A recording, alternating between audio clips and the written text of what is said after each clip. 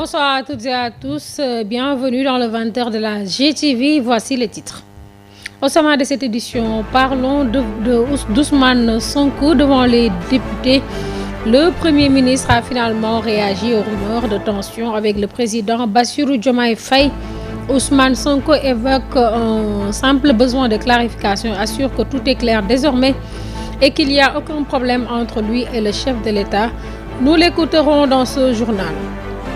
Et puis, réseaux sociaux, entre insultes, attaques et polémiques, les réseaux sociaux deviennent un véritable fléau pour la société.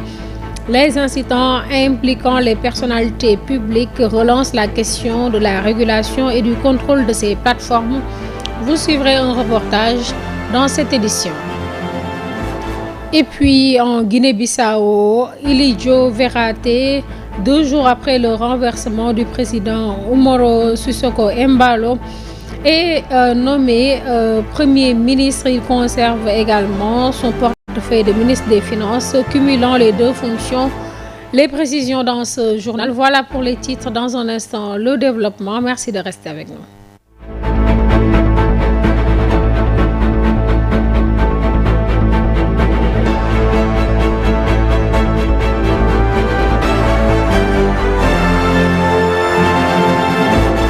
Je vous l'annonçais en titre, le Premier ministre a enfin réagi à la brouille avec le président de la République, Bassirou Diomaye Faye. Selon son Premier ministre, il n'y a rien d'autre que la paix entre lui et son ami. Ousmane Sonko, à propos de la relation avec le président, il y avait un besoin de clarification. Les choses sont claires maintenant, mais je rassure tout le monde, il n'y a aucun problème. Écoutons le Premier ministre Ousmane Sonko. Contexte politique la njëkkee contexte politique bi dafa melni li ci ëpp sax dafa dellu ci suñu biir waaye may dalal xelu ñëpp. Je veux rassurer les Sénégalais en leur disant que tout se passe bien. Il n'y a rien d'exceptionnel. Ce qui s'est passé le 8 novembre est juste un acte politique dans un contexte politique. Il y avait un besoin de clarification. Maintenant, les choses sont claires. C'était juste ça. Il faut passer aux choses sérieuses. Ceux qui pensent qu'il y a une situation insupportable ou autre chose se trompent. On se parle, on se comporte comme des personnes responsables.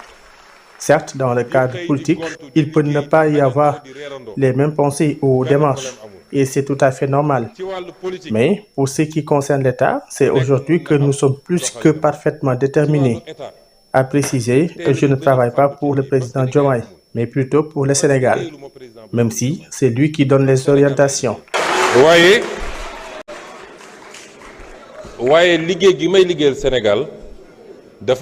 Et puis, face aux députés, le ministre des Finances et du Budget, Cheikh Diba, a tenté de répondre aux questions des députés, notamment sur la discussion entre le Sénégal et le FMI.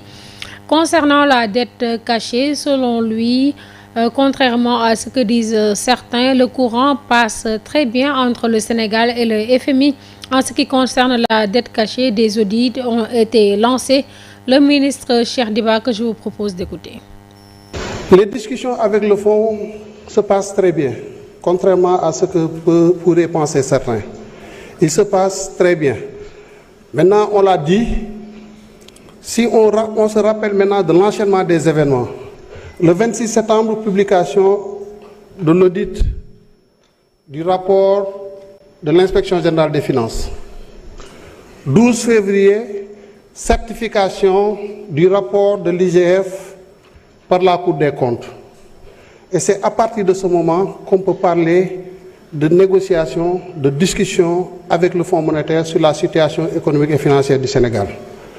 Cette phase a été matérialisée par une lettre que nous avons adressée au DG du Fonds le 28 février avec une matrice des mesures de réforme pour acter les écarts que nous avons constatés dans la publication des informations antérieurement dans le cadre du programme que nous avions avec le FMI.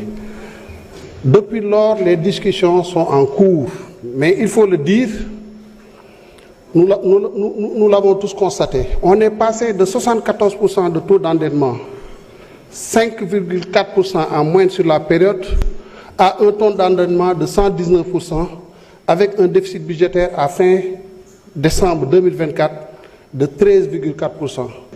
Donc, à partir de février, nous avons fait ce que nous avons appelé un inventaire sur la dette.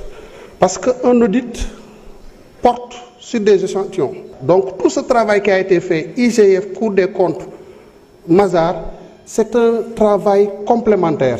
Mazars est venu boucler la boucle en nous donnant la situation exacte sur la dette publique et sur les statistiques des finances publiques de manière générale. Il fallait faire la réconciliation des données, s'accorder exactement sur les chiffres, ce que nous avons fait. Et il y a une date importante dans le processus de discussion, c'est le 3 octobre 2025, où un conseil d'administration informel du FMI s'est tenu sous la présidence de la directrice générale.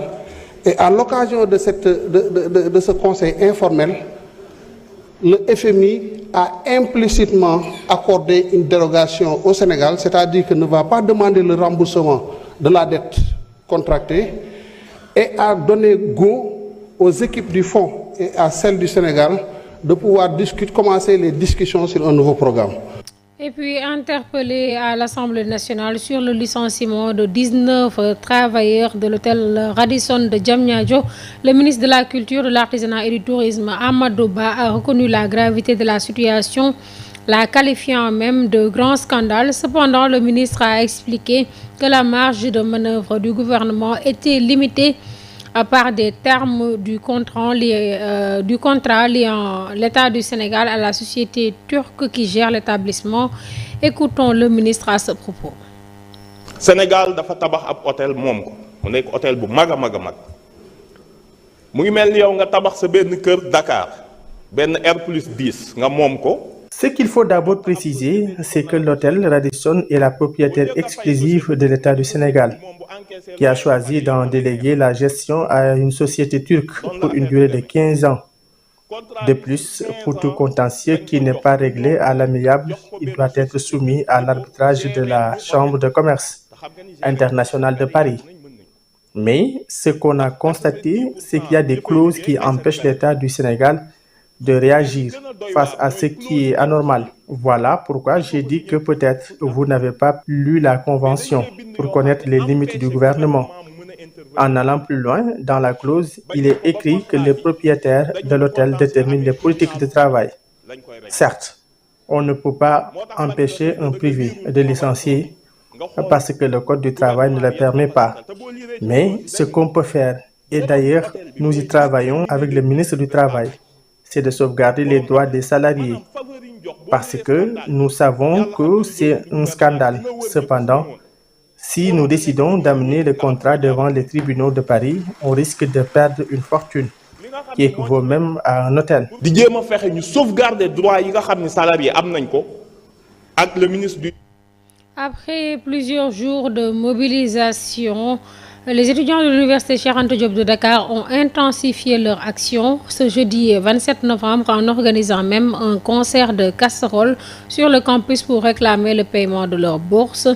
Profitant de son temps de parole à l'Assemblée nationale, le ministre de l'Enseignement supérieur a tenu à apporter des éclaircissements en précisant qu'il n'y a aucun retard de bourse car elles seront payées ce 5 décembre. Daouda Ngom s'est exprimé au micro d'Amsatou Gano. Avant loolu dañu am ay rencontre ak direction des bourses parce que directeur des bourses bi fi nekk dafay def di rencontrer ak étudiants yi di waxtaan ak ñoom pour prévenir ay conflits. Dernièrement, il y a eu des affrontements à l'UCAD et à l'UGB, car le 17 novembre, les étudiants avaient décrété une grève. Suite à la rencontre avec le directeur des bourses qui a toujours privilégié le dialogue, des propositions ont été formulées de part et d'autre, mais aucun accord consensuel n'a été trouvé. C'est pourquoi ils sont passés à l'étape supérieure. Je veux juste préciser une chose, il n'y a aucun retard de paiement des bourses. Elle doit être payée à partir du 5 décembre. L'autre chose, c'est que l'étudiant qui obtient sa licence en mars 2024, par exemple, et qui fait son inscription en master en novembre 2025, à partir du mois où il a obtenu sa licence, tous ces mois écoulés ne lui seront pas payés. Ceux qui sont en master pour 3 ans, au lieu de 2 ans, seront accompagnés. Après ces affrontements, le directeur des bourses, les responsables du COUD et moi-même avons rencontré les étudiants pour entamer des négociations. Ak COUD ak suñuy service ñu waxtaan ak ñoom. Et puis c'est au tour du ministre de l'Intérieur Mouhamadou Bamba Cissé qui a assuré ce vendredi de sa volonté de poursuivre la réorganisation de l'espace public, estimant que ces opérations répondent strictement aux lois en vigueur et constituent un préalable au développement du pays. Cependant, il affirme ne pas avoir appliqué les textes comme indiqué pour des mesures de tolérance. Le ministre de l'Intérieur que je vous propose d'écouter. On ne peut pas vouloir une chose et son contraire. Et on ne peut pas voter une loi et interdire son application. Il y a une loi 6750 du 20 novembre 1967 qui réglemente les activités qui s'exercent sur la voie publique et qui interdit aussi l'occupation anarchique de la voie publique. C'est vous, les députés, qui l'avez voté ici à l'Assemblée nationale. Une autre loi interdit également toute activité marchande sur la voie publique. Et la loi prévoit même une peine maximale de 2 ans d'emprisonnement ferme. Tout ce que je viens de dire ici a été voté. Ici même, dans cet hémicycle, ce que nous faisons, nous le savons et nous le maîtrisons parce que ce sont des lois que nous appliquons. Je l'ai dit en commission, si un pays ne se repose pas sur la discipline, l'ordre et le civisme, on ne peut pas avancer. Le premier levier du développement, c'est la discipline et le civisme. Donc, nous l'avons assumé et nous allons continuer de l'assumer. Autre chose qui est importante à préciser, nous ne sommes pas levés du jour au lendemain pour procéder ainsi. Nous avons d'abord discuté avec les gouverneurs et rédigé des notes circulaires pour identifier les zones encombrées et voir comment les dégager afin de rétablir l'ordre urbain. Nous n'empêchons personne de faire son commerce.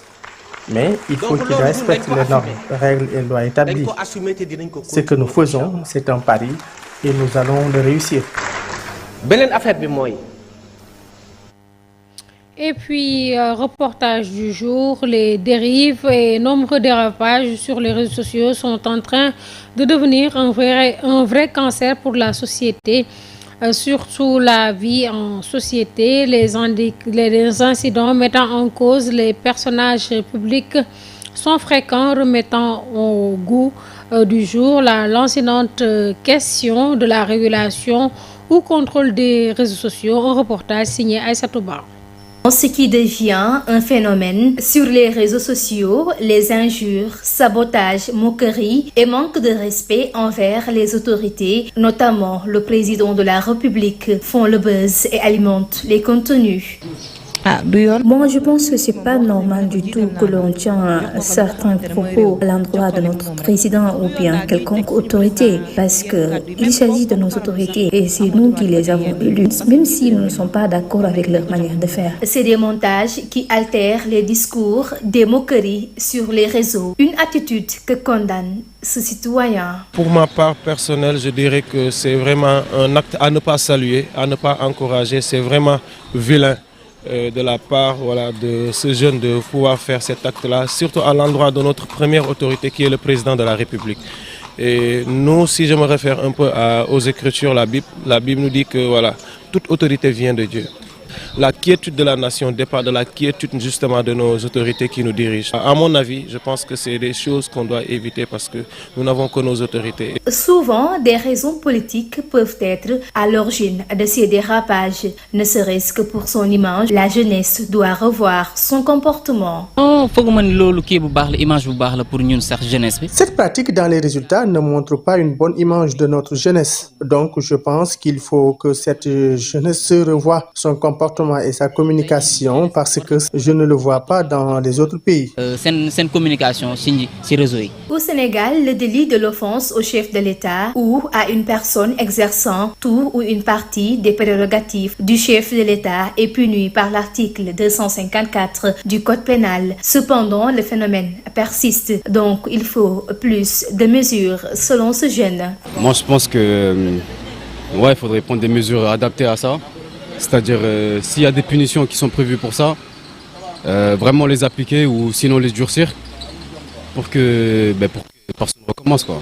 Parce que le président de la République, c'est une institution et une institution doit être respectée. Ces dérives multiples allant jusqu'à l'atteinte à la dignité humaine et à la division des données à caractère personnel font qu'aujourd'hui, personne ne semble à l'abri d'une violation de ses droits les plus sacrés. Les incidents mettant en cause des personnages publics sortis de l'ombre grâce à ces canaux de communication ont tenu en haleine l'opinion cette semaine et remettent au goût la lancinante question de la régulation et au contrôle des réseaux sociaux.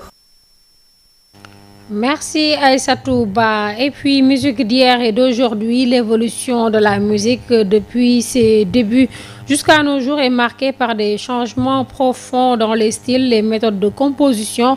Pour certains Sénégalais, interroger la musique d'autrefois, éveiller et conscientiser les mélomanes, ce qui n'est pas toujours le cas. Un micro-trottoir réalisé par Ndella Ndiaye. Actuellement, les artistes sénégalais ne font que chantonner, ils ne chantent pas réellement parce qu'auparavant, les grands artistes, lorsqu'ils chantaient, tu appréciais, non seulement tu appréciais, mais aussi tu essayais de parcuriser les paroles de la chanson. Parfois, quand j'écoute la radio et qu'on met de la musique, parfois j'ai envie d'écouter, mais je me décourage rapidement.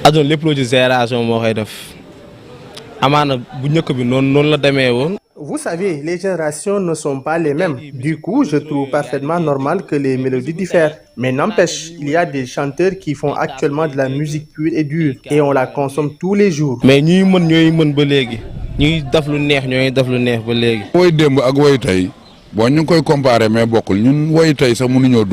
faut comparer ce qui est comparable. La musique d'hier n'est même pas du même niveau que la musique d'aujourd'hui. Auparavant, dans l'orchestre, on mettait 2 ou 3 tam-tams. Mais aujourd'hui, on en met plus de 10. S'ils le font, est-ce réellement que vous allez entendre ce que dit le chanteur? Il n'y a que de l'ambiance maintenant dans les chansons. C'est pourquoi les formes de musique d'aujourd'hui ne peuvent plus éveiller.